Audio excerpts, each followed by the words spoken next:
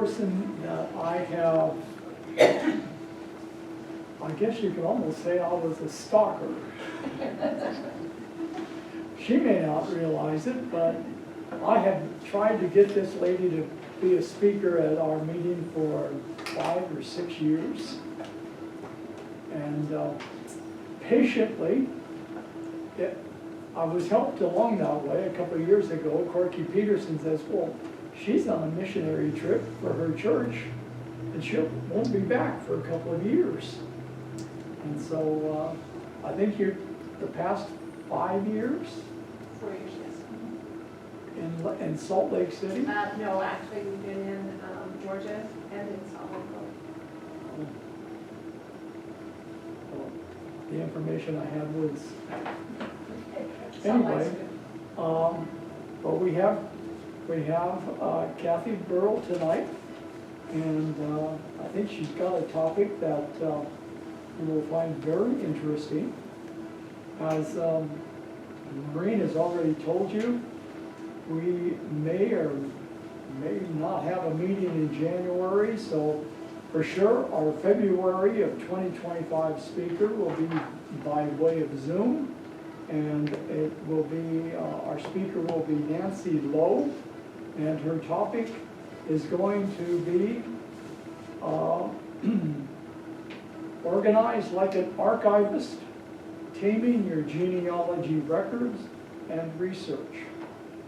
So that will be our program in February for sure. And if I think I have a speaker for January, but we'll find out. Oh no, we voted not to. Voted not to unless there's someone just, this person is so, it's a burning good speaker that, and this is the only time we can get them, then it might change. Okay. So also on the back table, I have a sign-up sheet for anyone who would like to provide after-meeting refreshments. We have a couple of the months covered already, but you're welcome to sign up for any month during the rest of the year. And I will call you and clue you that you signed up back in November of 24 to provide after-meeting refreshments in January or July of 25, and that your time to do it is tomorrow night, so you better make some cookies and plan on bringing something. So with that said, would you please welcome with me Kathy Burrow.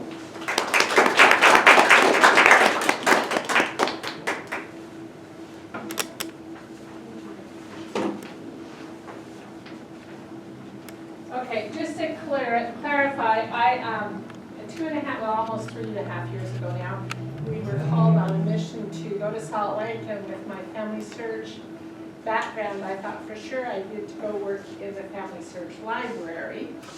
And I got there and they said, oh no, we want you to work in the church history library. So I have spent the last 2.5 years. We got home in December, and yes, I was very difficult to find after that. January, whenever we came home. And I now spend about 20 hours a week indexing and reading journals from between 1840 and 1900. And I can tell you right now that when the guys got in the wagons, riding the wagon trains, their handwriting became atrocious. They must have been riding the horse up and down and over the hills while they were trying to write in their journals. It was almost impossible to read. But I have really enjoyed it. But while I was working at the library, I got to work with a lot of archivists and a lot of really good researchers. And they just verified to me the importance of, when you're doing research, doing it well, so that you don't have to go back and do it again. An example of that is that last week I was reading this journal and I was so excited because in the journal it said, we heard by way of a messenger that William Cutler had died in of smallpox. And I thought, oh, I need to pass this on because in the biographical database, which is what I work with, it says he was still alive in 1851, and this journal is from 1846. And I was so excited about this really cool information that I had found in this journal. I sent it in to the archivist and discovered that it was a rumor. So, either that or there's two of the guys. And I'm trying to figure out now if there's two of the guys or why the rumor and so on and so forth. But the point is that I took that little sentence in that journal and I thought, this is, I mean, they're right there, and this is right now when they're writing this, so surely it's true. Only to discover that they heard, and I went back and I read it, and I went, well, it does say we heard by way of a messenger that he died of smallpox. So apparently he got better. I guess, I don't know, I'm still trying to figure that one out. But the point was that I didn't verify well enough what I was reading in order to, and it would have been very easy to add that source into his page and say, he's dead. And I might have been wrong, and somebody would have picked that up and ran with it. So there are ways to be an effective genealogist. And 100 genealogists were polled in about 2014, I believe, was when this poll was actually taken.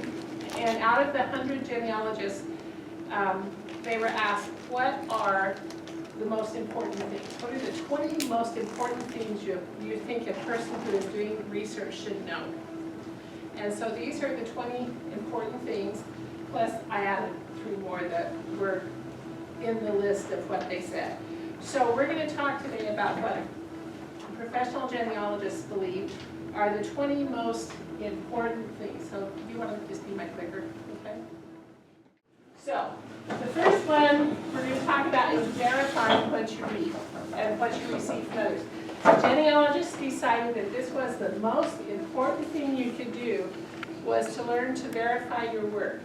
Now, how important do you think that is to you? Very. Why? Well, I know when I help other people, they download somebody else's family tree that has no sources attached to it, so things don't even make sense anymore. Okay. So verify, verify, verify. Okay, next one. How often do you hear, well, I got it out of a rumor, out of a journal. Hey, that was a good source, I thought, and I'm pretty good at what I do. Don't believe everything you read. Grandma's stories are wonderful, right?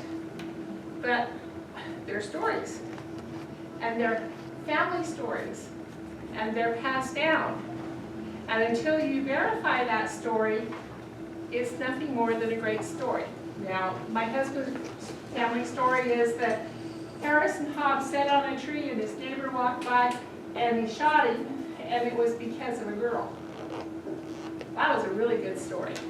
But it's been there for years, and the family swears that's what happened.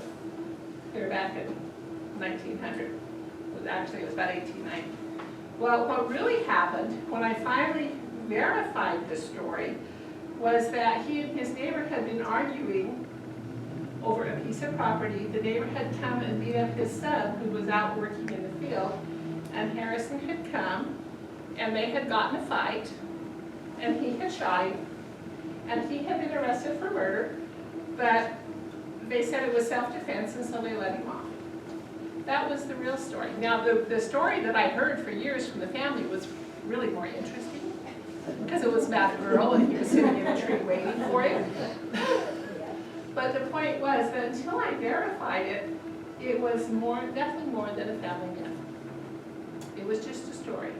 And so that verification brought the story to light and made him not sound like such a bad guy. Okay, next one. So, how often do you hear, well, it's on the internet, right? Therefore, what? It's true. It's gospel. It's written down on the internet. It's written down in that book. So many of the old county histories that have the stories of the families in the back of them, how many of you have used those? Where you see the county history, and in the back of it, everybody submitted their family story. And because it's written in that book, it's true, right? Guess what? They were just people. They were people with less records than we have today to look at. And more often than not, especially the older ones, there's a lot of problems in them. There's a lot of problems in those genealogies. They're great clues, but until you verify the facts in those clues, you aren't a good genealogist, okay? But I'm sure we. So, how many of you use a genealogy software? Okay, why do you use it? I'm sorry, Why do you use it? for information, For information, for a starting point. for a starting point, okay? Sorry. It's like. Anybody else use a genealogy software program? It's terrible. So what's nice about a genealogy software program is that they have built-in features that when you put your information in, it says, oh, by the way, that lady was 90 years old when she had that baby. Yeah. Or this baby, you know, this person's listed as being 210 years old, or his death date is before his birth date, right? So using a genealogy software, whichever one you choose to use, and there's a lot of really good ones out there, and I can't express to you how important I feel those are, because there's all these online trees, and they're wonderful. But depending on which online tree you use, if you use Family Search, that's a global tree, and anybody can come in and change it at any time. Right? Hate that. So Ancestry, you can share your tree, and other people can change it. Legacy, you can share your tree, or you can make it a permanent tree and nobody can change it but you. But those cost a lot of money every month or every year. Where a genealogy software, once you have it on your program, once you have it on your database, on your computer, it's yours. And that information is yours. And the only person that's going to change that is most likely you. And you can add all your sources, all your documents, all your pictures, and everything you need. So I firmly believe in genealogy software, okay? The next one, which is number 2, was document your sources. Document your sources. What does that mean? What are you gonna, how do you document your sources? Well, first thing you need to remember is do it right the first time. And the reason that you do that is because when I started doing my research, I'm going to age myself now, 60 years ago,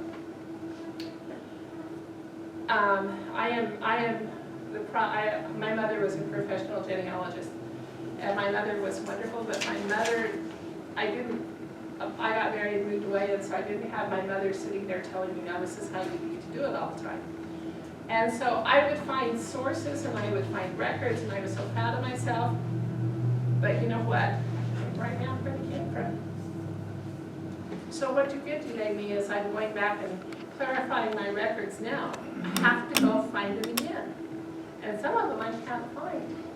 So doing it right the first time, and documenting your sources, and writing things down so that other people can look at your records and say, oh, this person did this genealogy and she went here and here and here and here, and here's this source and here's this source and here's this source. It verifies and validates your work. So always, always do it right the first time. Document, document, document, okay? So, you have to pick sources that you can rely on. What are the sources you can rely on? Can you rely on a death record for a birthright date? Not necessarily. Not necessarily, not really, right? Why? Because whoever gives that date may not give the exact date. Right, they're going by hearsay usually, right? And not only are they going by hearsay, but they're probably mourning the person that just died. And so they, even if they know it right, it might not get reported right. Okay. Marriage dates are really bad for having the wrong birth dates on them, especially in the 1800s. So even if, when you're documenting, the information comes from no more than a relative. One of the things that I did was when my mother died and I inherited all of her genealogy, which was several carloads coming home from Iowa or Illinois.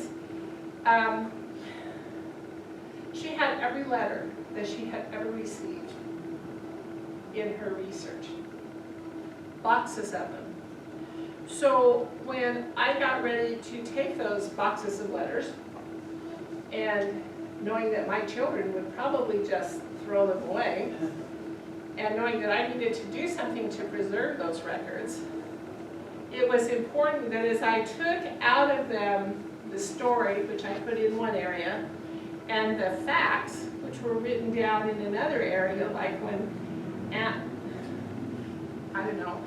Naomi up in Canada wrote to my mother in Buell, Idaho, and said, okay, here's what's happening with all the Canadian relatives, that I wrote down that that information came from Aunt Naomi in Canada, and she was there at the time that they were buried. So that people who looked at those records could come back and say, well, this actually was given by a relative who was there at the time it happened. That adds validity to my mother's work, but it also puts clues down that they can go back and say, well, if she was there and this happened, then maybe I can go back and look at the newspaper records or the birth records or the death records or the church records in that area and find that information, okay? So you want to leave a clear line for people to follow. Writing legibly. I told you about the pioneers and their, I mean, the journals will be so good, and then I swear he gets on that horse and it gets so bad. And it's so hard to read. And I look at my own records, especially the ones that I did a long time ago. Is my work legible? Sometimes it's not. And I have to go back and re-look at it and redo it. And the problem today is that if I don't go back and fix it, the kids aren't even learning how to read cursive anymore. They aren't going to be able to read it. And so what good is my work for? It does them nothing. So write legibly. Use a typewriter. Use your computer, whatever you need to do. And wherever possible, try to get a photocopy of what you're doing. If you've got a picture, photocopy it. If you have a picture, digitize it. I have found, that's another thing I inherited, was an entire shelf, probably as long as this table, 3 of them, of journals. My mother kept everything that was ever sent to her by the grandkids. Literally everything. And I am having to go through these journals and say, oh, this is this kid, this is this kid, this kid's not going to care about this. So I have started digitizing them. Every time we go to St. George, I take 3 of them with me and we run down to the Family Search Library in St. George and I digitize a couple more journals. And they're all digital. Now there are 2 advantages to that. One, I can throw them away when I'm done, which just about kills me. But if I don't, my kids will. And second, I can just send them the digital copy. It's indexed. It's an indexed digital copy. And I can say, just type your name in, push find, and it will find all of the places that you're mentioned in that journal. And I have fulfilled my requirement and my obligation to my mother. And I can, if I want, I can go out and pull out all the stories of just our family and create a book or do whatever I want to do with it and send it to my children. And they don't have to see all of the handprints of their cousins or the pictures at the fair or whatever. You know, they can have what's important to them. So make a copy of it, okay? And check your sources. Always, always, always check your sources. And then, once you check that source, create a record, however you choose to do it. Create a record. I have correspondence logs, I have research logs, I have, when I start playing on the internet, and I know none of you do this, I start working on a problem on the internet, looking for records, and the next thing you know, I'm clear over here. What I was looking for is clear over here, and tomorrow when I pick it up, I won't remember all these places that I went and the information I found because I didn't keep a copy of it, right? I was just playing. So learn to keep some kind of a record of where you went and what you did. If it's nothing more than a log that says, I went to this site and I found this, so that you can go back and you can retrace your steps to document what you do, okay? How valuable is your time? Think about that. I'm spending a lot of time going through work that was created, that was important, that now I have to figure out what to do with. And it's a lot of time. It's a lot of time. Time that could be spent doing other things, but I had to go back and redo what I didn't do right in the first place. Okay? So always remember that when you do a good source, what do you want to have? You want to have the author, the title, the publisher's name, the publication date, where you got it. So when I used to come to Tulare, this shows you how awful I was back in those days, I would come to Tulare and I would put Tulare Library. And then I would forget to write down the call number. Or I'd forget to write down the page number that I found it on the book. I was still learning at that time. And now I need to come back to the Tulare Library and relook at all those books and get the information put together correctly. So you want specific information for each piece of the data that you have together, okay? Number 3, check your multiple sources. Look everywhere. Remember that nothing is truly factual until you can back it up by using more than one source. So don't just use the newspaper source that has the obituary in it. Look for the death record. Look for the cemetery record. Look for other records that can back up the source that you're doing, okay? So, however you need to do it. For instance, the census. We all know how great the census is, right? And how it's absolutely correct all of the time, right? No. Do you know that when we moved to the mountains, the census taker actually came by and my neighbor was gone, and so I was supposed to give the information, the names of the children and their birth dates to the census taker. Crying out loud, I didn't like the neighbor. I knew his name and I knew the kids' names, but as far as when they were born, I had no clue. But that was the information the census taker took and went home with. And that happened all the time. I'm tired tonight. That guy lives another 5 miles down the road. That means I've got to ride my horse 5 miles down the road. It's cold. I'll ask the neighbor. Or I'll ask whoever's there. So do we believe everything the census says?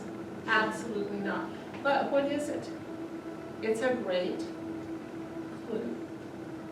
It's a great clue to say, oh, by the way, maybe you want to research it a little bit more. Okay. So learn what the sources contain. Remember that census information is good for tracking its ancestors and finding out their birth order, but that it's not always correct. Never take census information as gospel. And how many times do I hear, well, it says it in the census, so that's right. It's just like I hear it on the internet, so it's right. Okay. Don't forget to help others. I have this story about these genealogy birds, but I think we're going to skip it. But the point is that as you learn and as you grow And as you grow in your knowledge of genealogy, as you work in the library, as you are just a patron, stop and help other people. When we were in Georgia, we walked into the library one day, and this gentleman was asking the librarian, he says, you know, I heard about this program. And the librarian said, I have no idea how to use it. Well, it was the same program that I used at home.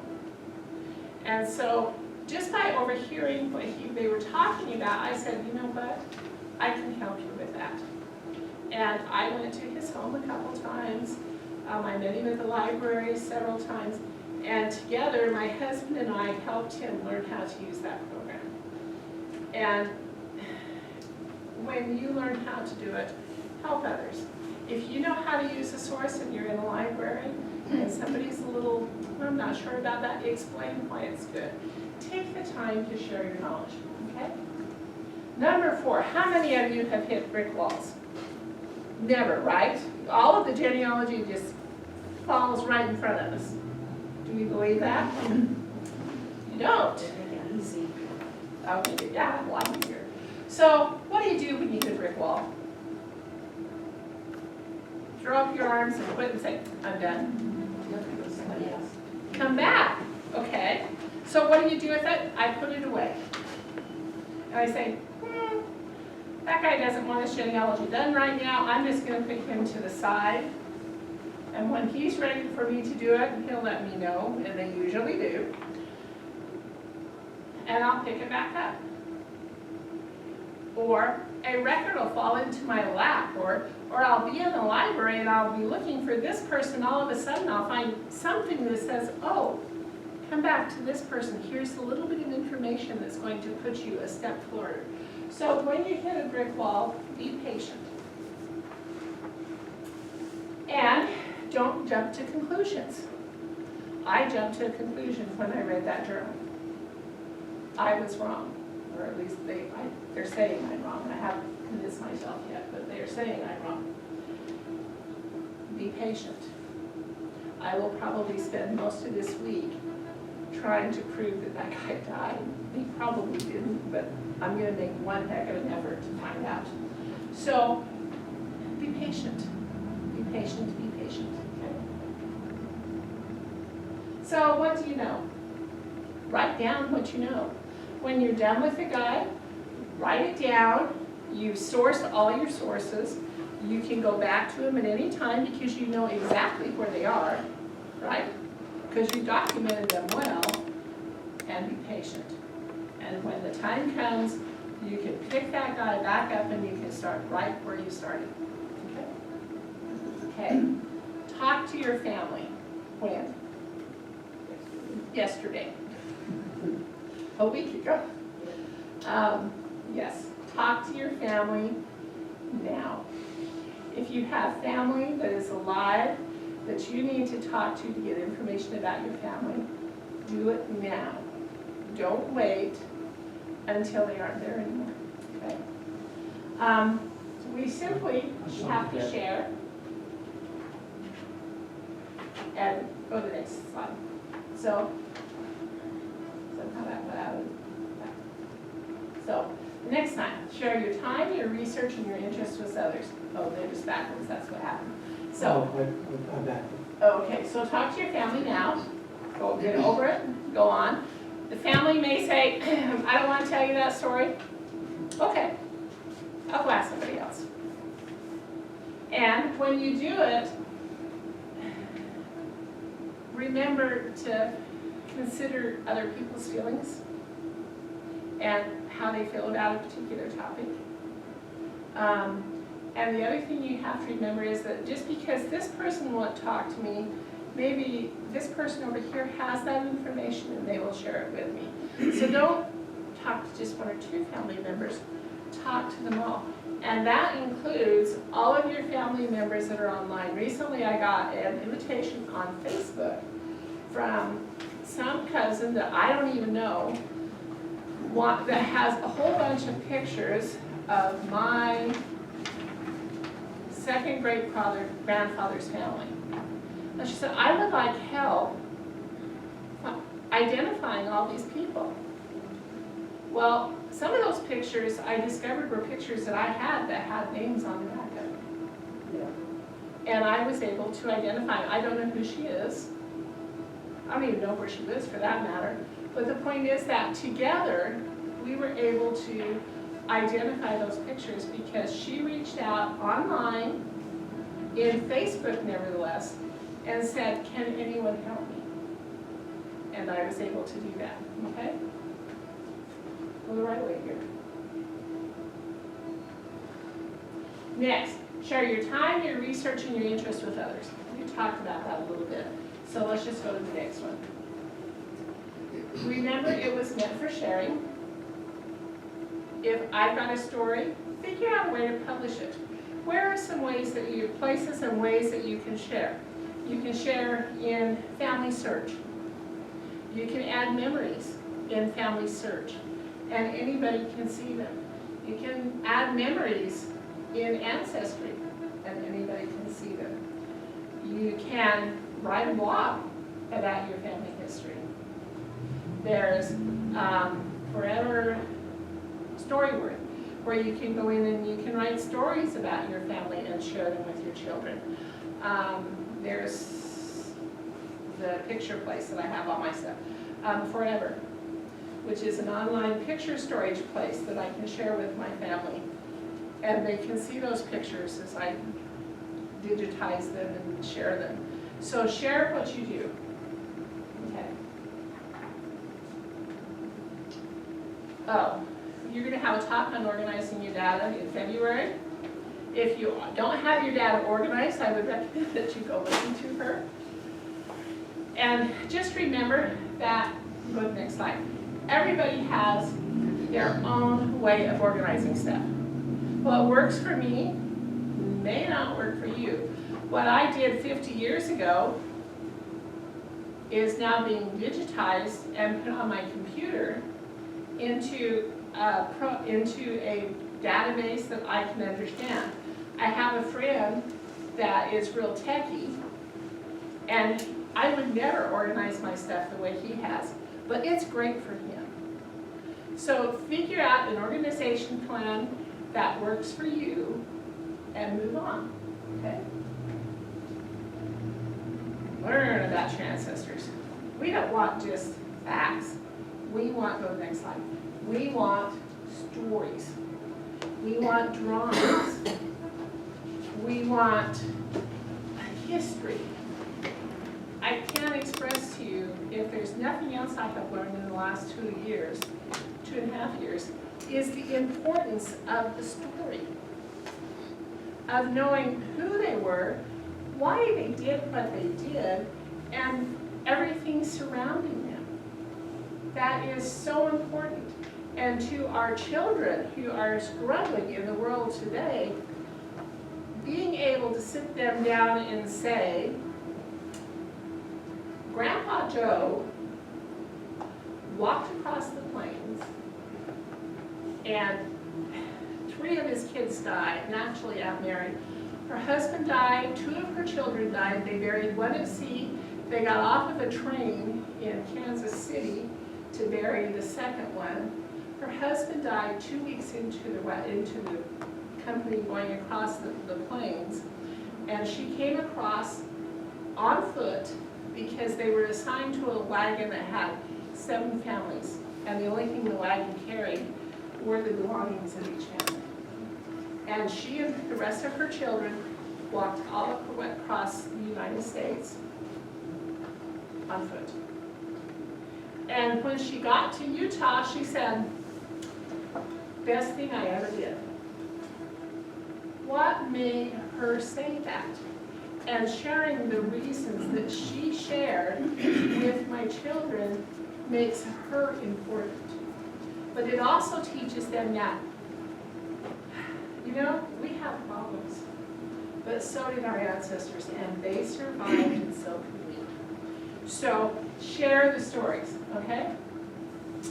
Next, keep it focused. What does that mean? What do you think that means? On the next slide.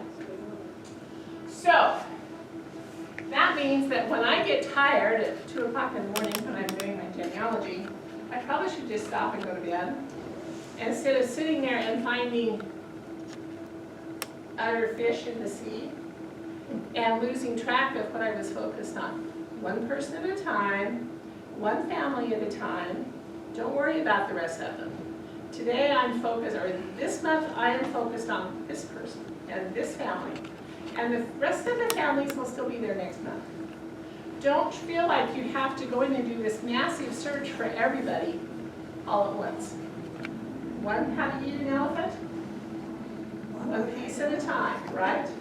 You do your genealogy one piece at a time, okay? Expect the unexpected. Now, when I was doing genealogy, I never expected to find 2 or 3 ancestors that shot somebody. Luckily, they were all on my husband's side. So, but you find those kind of things, right? You find children that mom gave up for adoption, and mom never talked about it. You find family members that were black sheeps of the family and spent time in jail. Remember that every family has those kind of stories. Go ahead. And that we all have secrets. I was going through my mother's journals as my brothers gave them to me, and I said, well, what do you want me to do with these? They said, I don't know, but I want them to be read before I give them to my kids.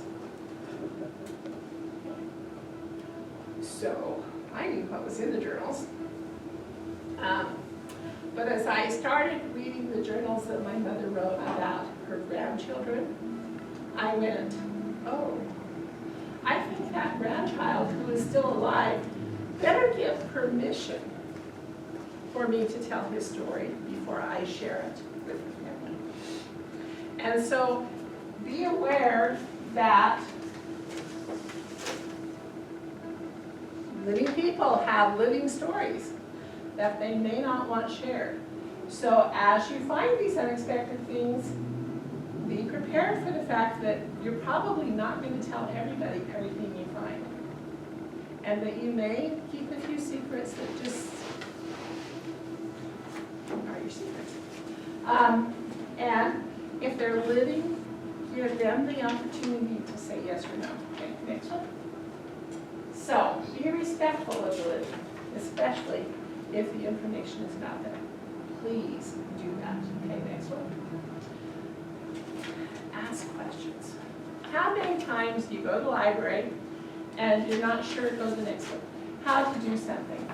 Or Aunt Mary says, well, here's my stack of papers. Here's my family tree and it's all done. Okay, ask Aunt Mary for the documentation. Gee, Aunt Mary, where did you get all that stuff? Where did you find those records? And have her give you her documentation, not just her family tree. And then ask several individuals the same question. Oh, do you have any documentation on this person? And gather it all from everybody, okay? And then review your written questions. Sometimes I see this happen all the time. You put things out on the web and you ask this general question, or we used to send it into magazines for queries. And be particular. The genealogist said, please be particular in what you're asking for. You're not asking for the whole tree. You're asking for documentation for this person or for that family. So be particular in your questions when you ask people. You get a lot more information from them when you be particular and then say, oh, by the way, well, what about this? It carries that conversation on. So don't ask general questions, ask particular questions, okay? And narrow your focus. Think about what I really want to know. I really don't want to know Aunt Mary's whole story. I just want to know where she died and when she died. And that's what I'm going to ask is where did she die and when did she die? And if you'd like to tell me the whole story, I'll be glad to listen to it. If you want me to document it, I will. But this is the information I'm looking for, okay? Number 12, photographs, right? How many of us have photographs? What are you doing with them? My mother died, my brother and I had to go in, that was the second time we moved her. She had this picture, this big by this big, and it was an oil painting, and it was my 5th great grandfather. And I looked at that picture and I said, oh Mike, do you want it? And Mike said, no. And he said, well, you know, there's this big trailer out in the front yard. And I said, well, if you put it in that big trailer, I'm gonna turn my head. Why would I do that? It was my 5th great grandfather. First of all, I didn't want it in my house. Second of all, I already had it in the 2 books that my mother wrote, as well as I had already digitized the picture and put it on Family Search. I had digitized it and I had it in my own records. And so the picture was preserved. And we threw it away. And I cried all the way home. I've done that a couple times with pictures that I've thrown away. But the point was that I had to take into account that it's important to me, and that's one thing I have learned, is that what is important to me, I've been taking my kids through my home and I said, now which pictures do you want? That was a mistake. They don't want any of them. But they were important to me and they hang on my walls for a reason. And so I've had to accept that if I don't digitize it, and I don't preserve those records, go to the next picture, then my children may not care. Because what do kids look at today? They look at phones, right? If it's not on the internet or on the phone or on their iPad or on the computer, they don't care. And they want it in 3-minute clips, right? So we have to figure out how to make what's important to us in our genealogy in photographs that are digitized in 3-minute clips. And there are ways to do that. So, as you add that photograph, where was Grandpa Gwen? Well, who was he? What was he doing? That is all written down in a very nice story now that goes with his picture, so that in 3 minutes my kids can look at that picture, they can look at his story, they can know who he was, and he's preserved. And he's in Family Search because that's where I have chosen to save the memories of my family. Yes? So, how many of you have pictures that say nothing on the back of them? Oh, none of us, right? Of course not. Of course not. Boxes of them. So, what do? I know the family that they're from, but that's all I know. So it's up to me to figure out dates and places and times and possibly who those people are. I had a picture of this guy on this horse. I was sure it was my father. I posted it in Family Search and said, this is my father on his horse. And what would be probably my second cousin wrote and said, oh no, that's my father on that horse. They were good friends and they lived next door to each other. Oh, wow. I should have known that was, So I wrote back and said, well, thank you very much for fixing that for me. And I made the correction. Be willing to make the correction, but be willing to share the pictures so that other people can help you identify them, okay? How many of you use message boards? How many of you know what message boards are? Okay. How effective are they? Not great. Not great. Sometimes it could take 2 years before someone responds to you with information. You're right. What used to be message boards? We used to write queries in genealogical societies' journals, right? Their magazines. And we'd write these queries and we'd hope that someday somebody would answer us. And that has turned into messages on message board. So in your piece of paper, I have listed the most popular message boards that you can use now. I'm pretty sure it's there. So go on. But learn how to effectively use them. On message boards, it depends on what you look for. There are message boards that discuss genealogy and how to do it. There are message boards that discuss DNA or a particular family. There are message boards that discuss a particular reason. So look through that list that I gave you and see if you can find some that you would like to use and like to know. Because the queries, a lot of the Genealogy Society magazines are now going digital. And the queries aren't coming in like they used to them. So learn to use these online message boards. Like I said, somebody reached out to me through Facebook, and I answered her, and it worked. So that's one way to do it, okay? And then think before you submit it. Carefully compose your message. Make sure it says what you want it to say, what you want to know, and don't post living people on the web unless you have their permission. So many of us get so excited about what we're doing that we post all of our living ancestors on the web, right? Having worked for Family Search, or worked with Family Search for a lot of years, one of the biggest complaints we got was when people would call in and say, why do you have my picture? Well, some cousin of yours posted it, added your name to it, and attached it to you. So when somebody did a Google search, it came up. Well, that person didn't get permission, and we took it down. So get permission from living people before you post anything about living people. Don't post anything about anyone that is going to be public after, now it's 1915. That is your cutoff. It's 125 years, or 110 years. After 110 years, you can assume that they're probably dead, okay? So, and then, keep track of them. That takes up a lot. It doesn't take up much space on my computer, but it takes up a lot of space on paper. And write down, I got this message from this person at this website, or at this address, or at this email, and this is what they told me. Sure, the email may change, but at least I know where it came from. And then I can go back to validate it or to ask that person another question. So always write it down, okay? There's your genealogy forums.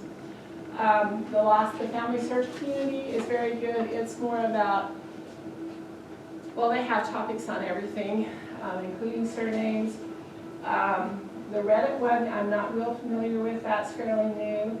So go through and you can look through those, and we'll all do a little exploring, okay? Number 14, and I need to hurry. Okay, there are many ways to spell your last name. I won't say anything more. Never think that, because that's the way my name's spelled, that's the only way I'm gonna find it. You'll never get any place, okay? Just go on. Number 15, part of doing genealogy is conducting field research. Unfortunately, sometimes you have to travel. Darn it. Some of the best libraries that we found in the South were public libraries that nothing was digitized, but their records were wonderful. And I had to go to that library in that county that I was researching in order to find the information that I needed. So plan on taking a few trips. Plan on coming to Tulare from Oakhurst, or to Fresno from Tulare. Learn where the libraries are around you. Learn what they have, and then go from there. I'm talking about that on Tuesday if anybody's interested in Fresno. Next one. How many of you know how to read the old script? How many of you know that 2 F's make an S, right? I wish more people knew, because in the 1800s, they wrote in the Old English script. And if you don't know how to read that Old English script, or the German script, or whatever you're reading, you're in trouble. How many of you, I don't even understand the language of today. When my kids write LOL, Oh my God. some of these things you know that they write, and I'm going, what did you just tell me? Right? So learn the language. And that includes learning the language of today, okay? Back up your data. How many of you back up your data? Okay, how many of you have it on paper and not on a computer? Oh, look at you guys, you're good. You have it on paper. There's nothing wrong with having it on paper. Excepting for the fact that I live in the mountains, and 5 years ago, it's been 5 years, right?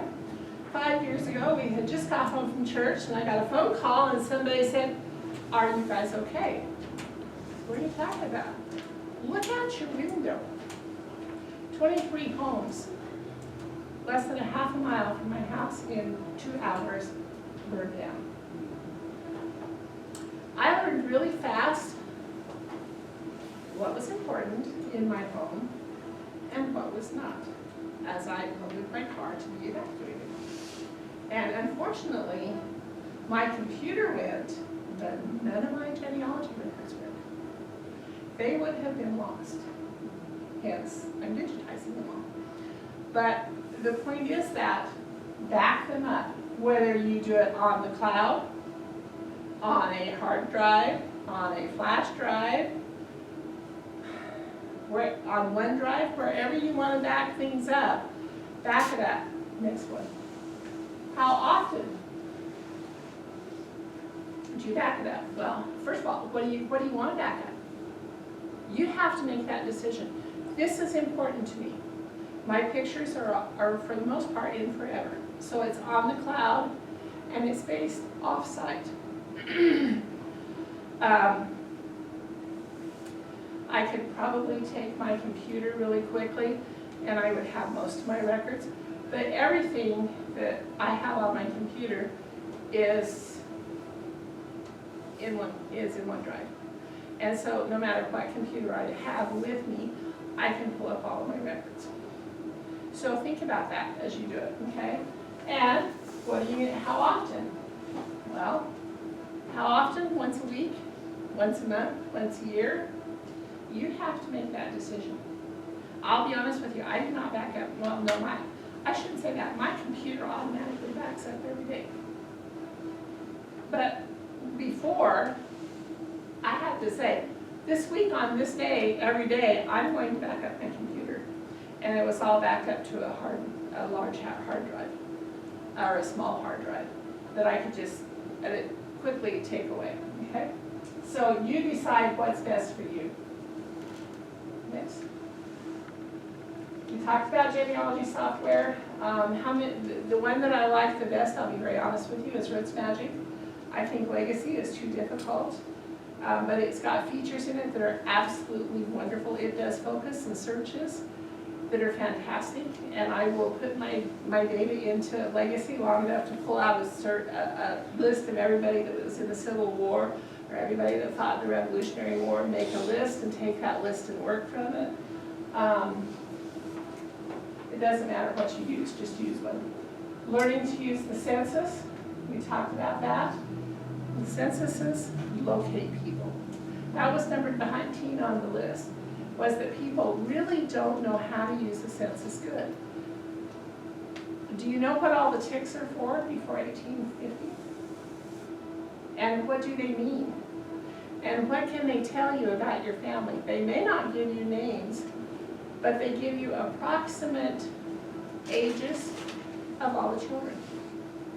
They can show, well, maybe there was a mother living in this house, or an old father living in this house. Know what the ticks mean. That's a whole different class by itself. Okay. Remember that genealogy learning is a process. It doesn't matter where you start, it's where you end. And as I'm going to say on Tuesday, remember always that as you do genealogy, it's not what you know, it's if you know how to find what you need to research. So know the finding aids. Know where to go to learn about the area. Know where to go to learn about the records in that area. Know where to go to learn about that county and what's the history of that county. It's not keeping it all up here in my head that, well, looks that, let me see.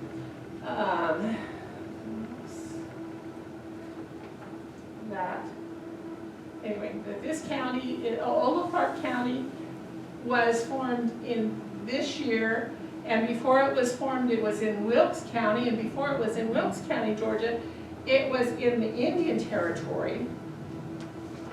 Do I need to know that off the top of my head? No. But knowing where to look, to say, oh, this is the information that I need to look. I need to look at this county, and this county, because all three of those counties may have records associated with my ancestry. Learning where to look is one of the most valuable things that you can learn. And we go to seminars, we go to classes, and sometimes we went to one just recently, and my husband and I have both walked out and said, gee, you know, we could have missed the last two talks, and we've been okay. But always go with an open mind and say, today I learned this. And this one thing was worth the time that I came to go to that seminar, because this one thing is going to improve my research. So attend the classes, attend the seminars. As I was preparing for Tuesday, it was interesting to find all the online classes that I could just sit and watch on YouTube on any given topic in genealogy. If I wanted to know about Alabama, I found 4 talks by experts that live in Alabama that I could draw from. Same thing for Georgia. So look and learn and understand that you're always going to do that, okay? We all have these yearnings.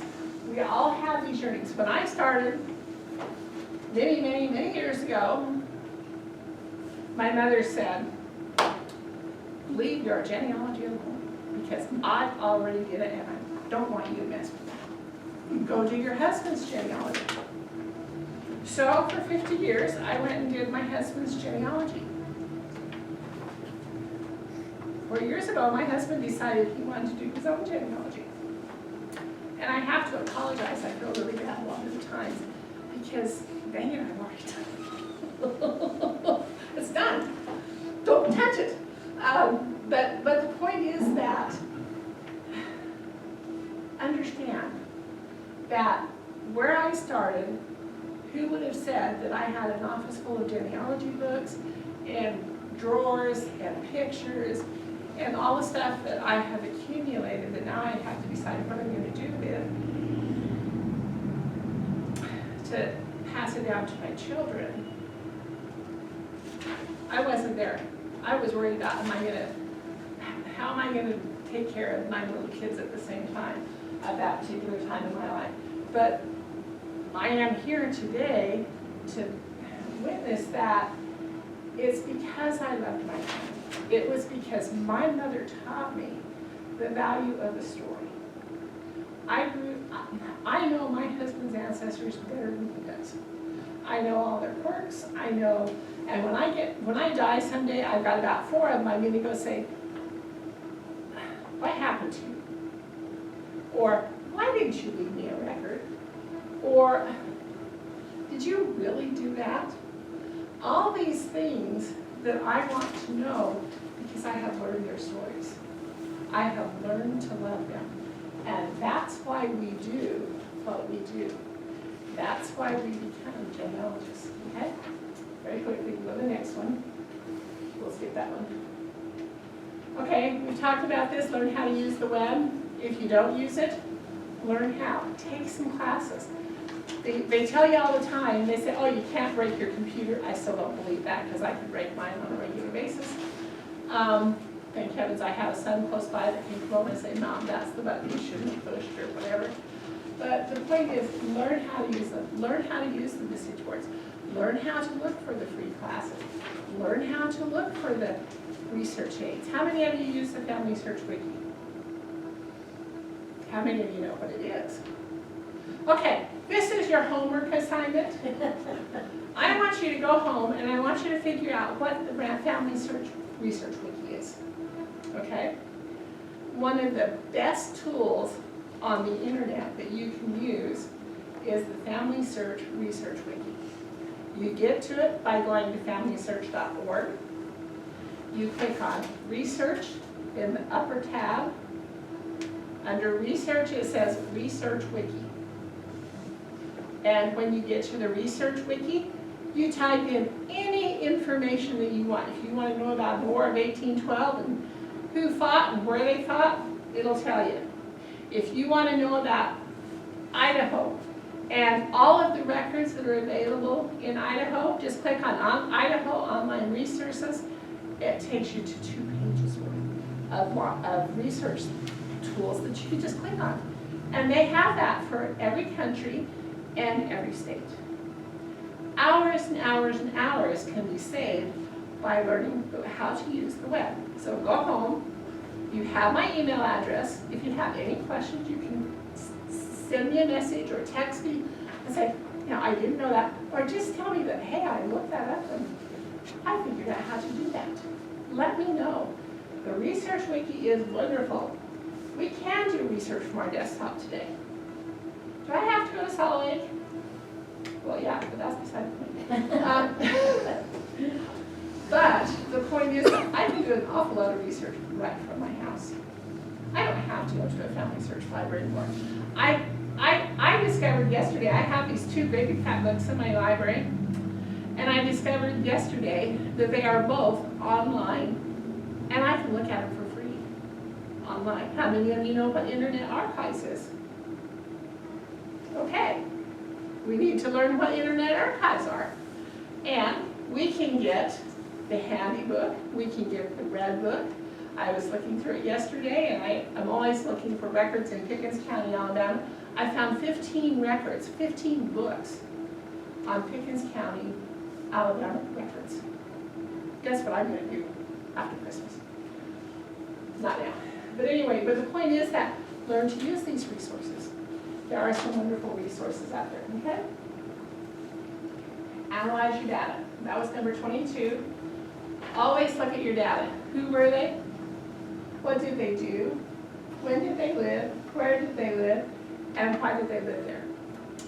Ask those 5 whys, the 5 W's of analysis. Who, what, when, where, and why. And then start to record that. Make a locality search. Make a little index card that says, this is where my ancestor was, this is where he lived, and he lived in this county, and this county was organized here. What records are available in this county? These records are available in this county. Oh, was this county courthouse burned? Yeah, twice. What does that tell me? Records may not be available. Not necessarily, but not always.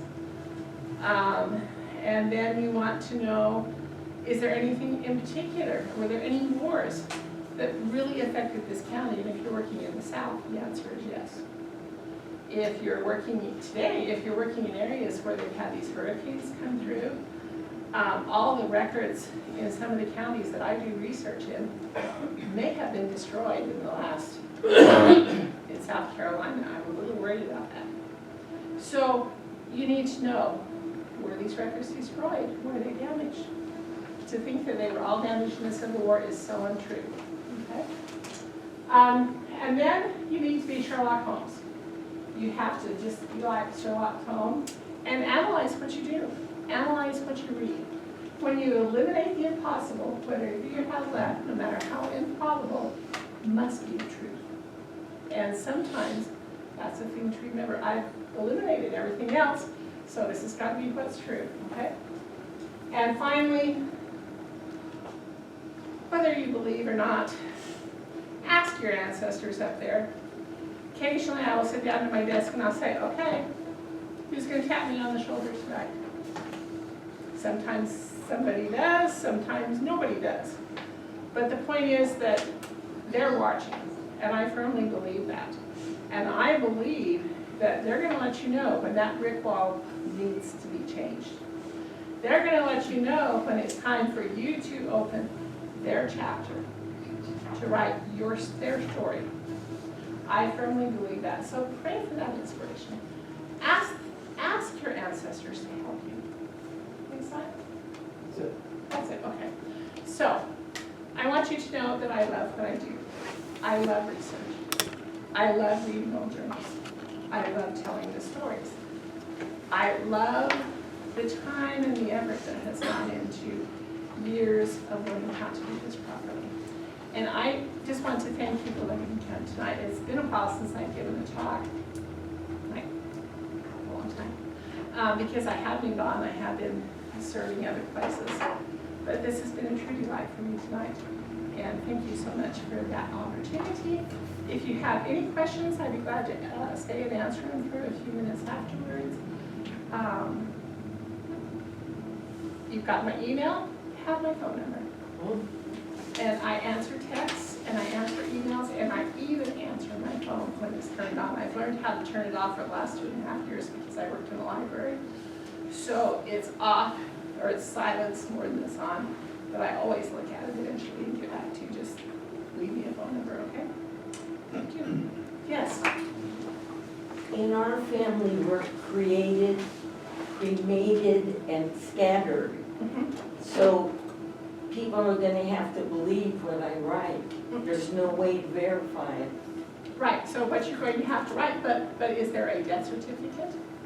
Pardon me? Is there a death certificate? Probably. Okay. Is there a mortuary record that says this person was created, well, once you live in Georgia, this person was created in this? I don't know if there is or not. Possibly check on that. I'll tell you this story and then I'm going to sit down. We were in Georgia and we went to this lady's house and we've been visiting with her for a few years and she said, you know, Aunt Mabel's sitting up, do you remember this? Aunt Mabel's sitting up in the closet. And I thought, oh, very much of that. She said, yeah, Aunt Mabel's sitting up in the top of the closet. I guess I need to go bury her ashes. I said, okay. So I said, so where are you going to bury the ashes? And she said, oh, I'm just going to go down and bury them on top of her mom and dad. And I said, at the cemetery? She said, yeah. I said, well, don't you need permission to do that?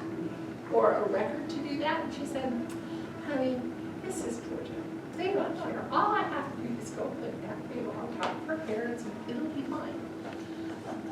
Then we laughed because of COVID. And I've always wondered if she really did go out and bury Aunt Mabel. No record of any kind where Aunt Mabel was buried. The only record of Aunt Mabel was her death certificate. And because there was a death certificate, you know. So newspaper articles where there are obituaries. Those are the kind of things that you look for. Or you say, this was my son, my aunt, or my brother, or my dad, or my whoever, and he was cremated, and I know where, and his ashes were scattered, and I can verify that that is true. And at least you've left that information.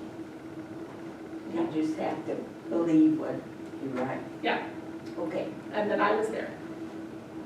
And that's what you, and that may be the only information they have. Okay.